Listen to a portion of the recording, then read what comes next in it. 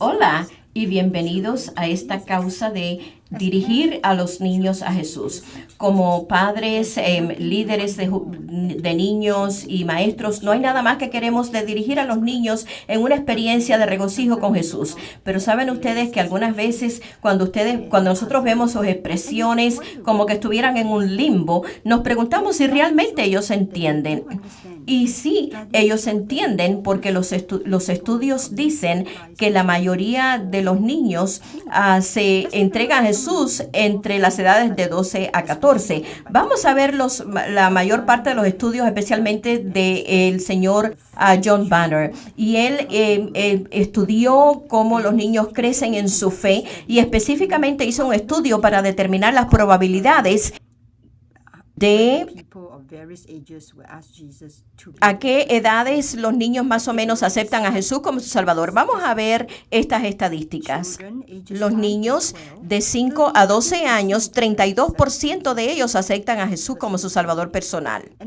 Y entonces cuando se convierten en adolescentes, 13 a 18, ese porcentaje baja tremendamente. Y entonces cuando alcanzan de 19 años hasta la adultez, alcanza al 6%. ¿Qué significan todas estas estadísticas? ¿Qué nos dicen? ¿Cuál era la conclusión de Josh Banner? De acuerdo a su estudio, dijo, si la gente no acepta a Jesús como su Salvador antes de los años adolescentes, las probabilidades que lo hagan básicamente son nulas. ¿Y qué dice la hermana White acerca de esto? En sus escritos en los tempranos 1900 apoyó este estudio.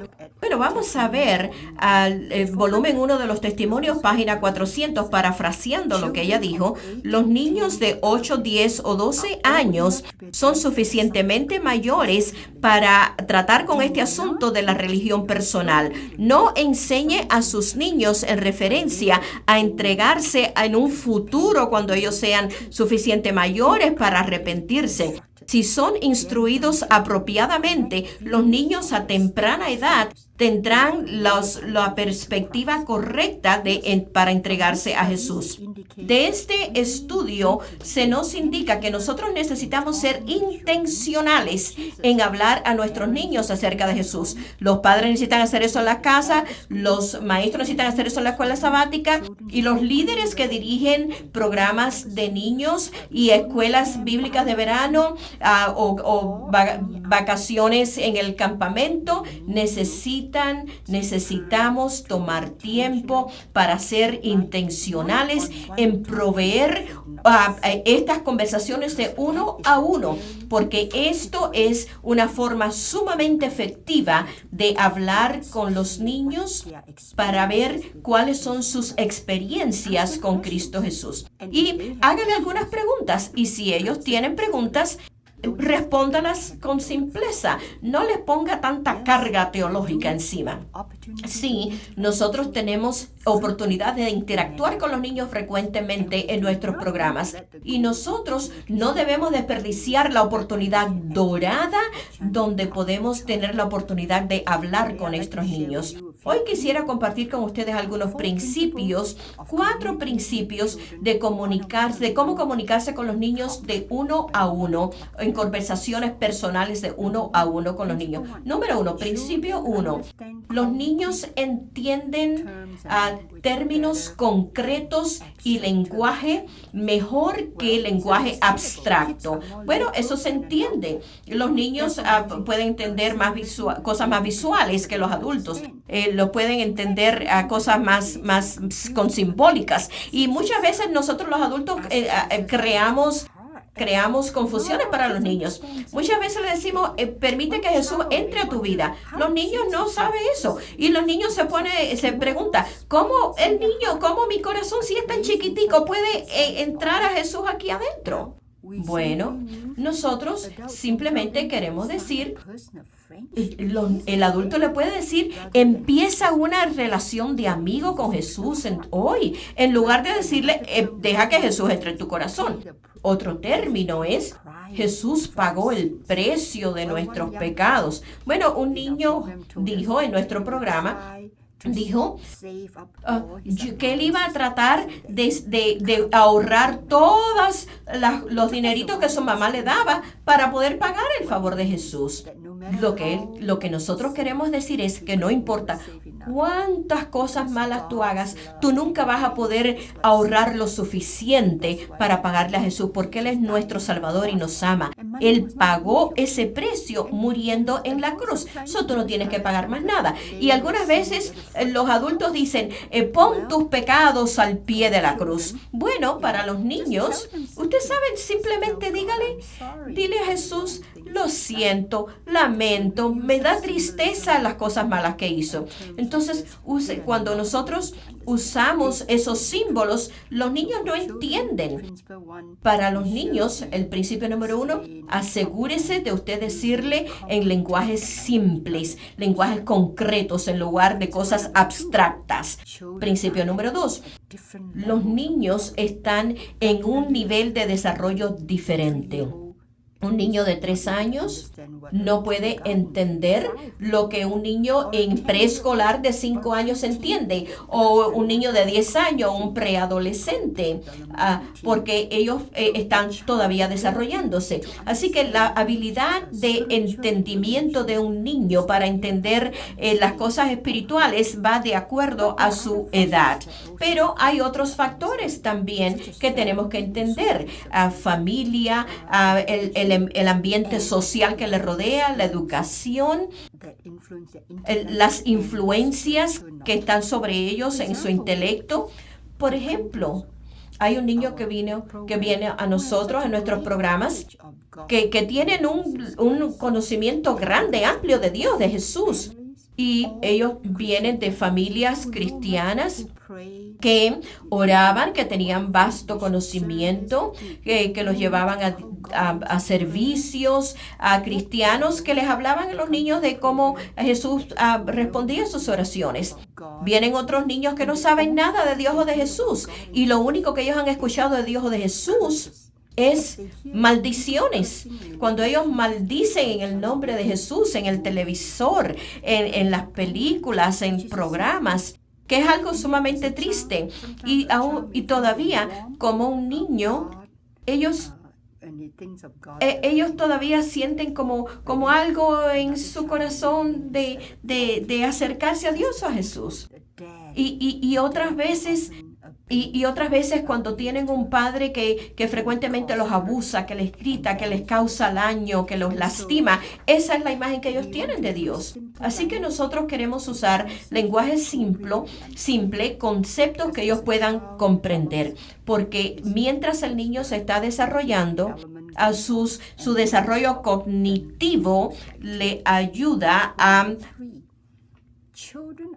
entender esos términos. Los niños pueden entender mejor cuando hablamos con historias, especialmente historias cortas que son que hablan de entusiasmo, historias cortas con las que ellos se pueden identificar. Y entonces nosotros les podemos hablar a través de historias para instalar en ellos conceptos profundos. Aún Jesús hablaba a sus discípulos con historias, y Él fue el maestro por excelencia. Él usaba parábolas, Él usaba historias que la gente entendiera. Aún a los agricultores, el pastor de ovejas, ellos entendían con la historia. Usted le enseña verdades bíblicas, y para los niños las historias son maravillosas porque ellos pueden hablar de experiencias, y esto como se imbuye en su ser.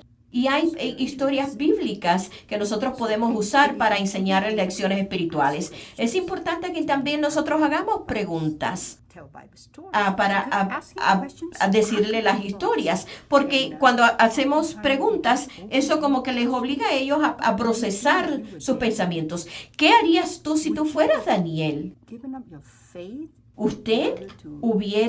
¿Tú hubieras renunciado a tu fe, o tú hubieras abandonado tu fe ¿Te hubieras tú arrodillado ante la estatua? ¿Qué tú hubieras hecho si tú fueras José? Así que estas preguntas pueden ser una oportunidad especial, herramientas especiales para profundizar a sus pensamientos. Así que use preguntas porque estas preguntas provocan el proceso de pensar. Porque cuando nosotros le permitimos que el niño hable, nosotros estamos hablándole al niño y no estamos como derogando o poniendo al niño inferior, ¿no? Estamos hablándole al niño y enseñándole lecciones que ellos puedan identificarse. Y entonces denle la oportunidad que ellos puedan hablar de Jesús. Y dar la oportunidad que ellos puedan aceptar a Jesús. Y principio número 4. Los niños se pueden enfocar o ser distraídos por un detalle de la historia.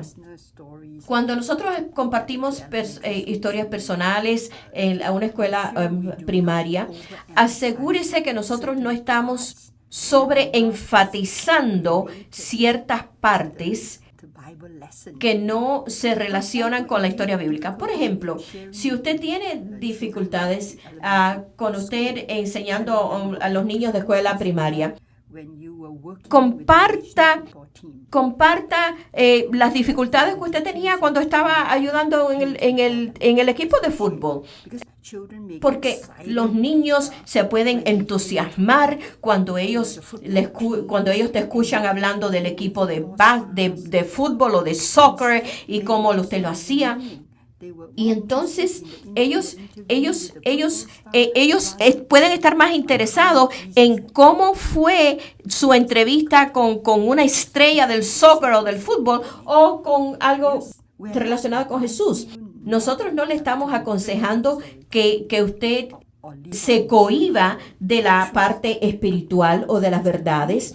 Lo que le estamos diciendo es que usted examine todo, que examine como el ambiente que rodea a este niño para que pueda hacerlo más efectivo. Una vez tuvimos un niño y una persona que nos dijo, ¿por qué no viene y comparte con nosotros? Era de Japón.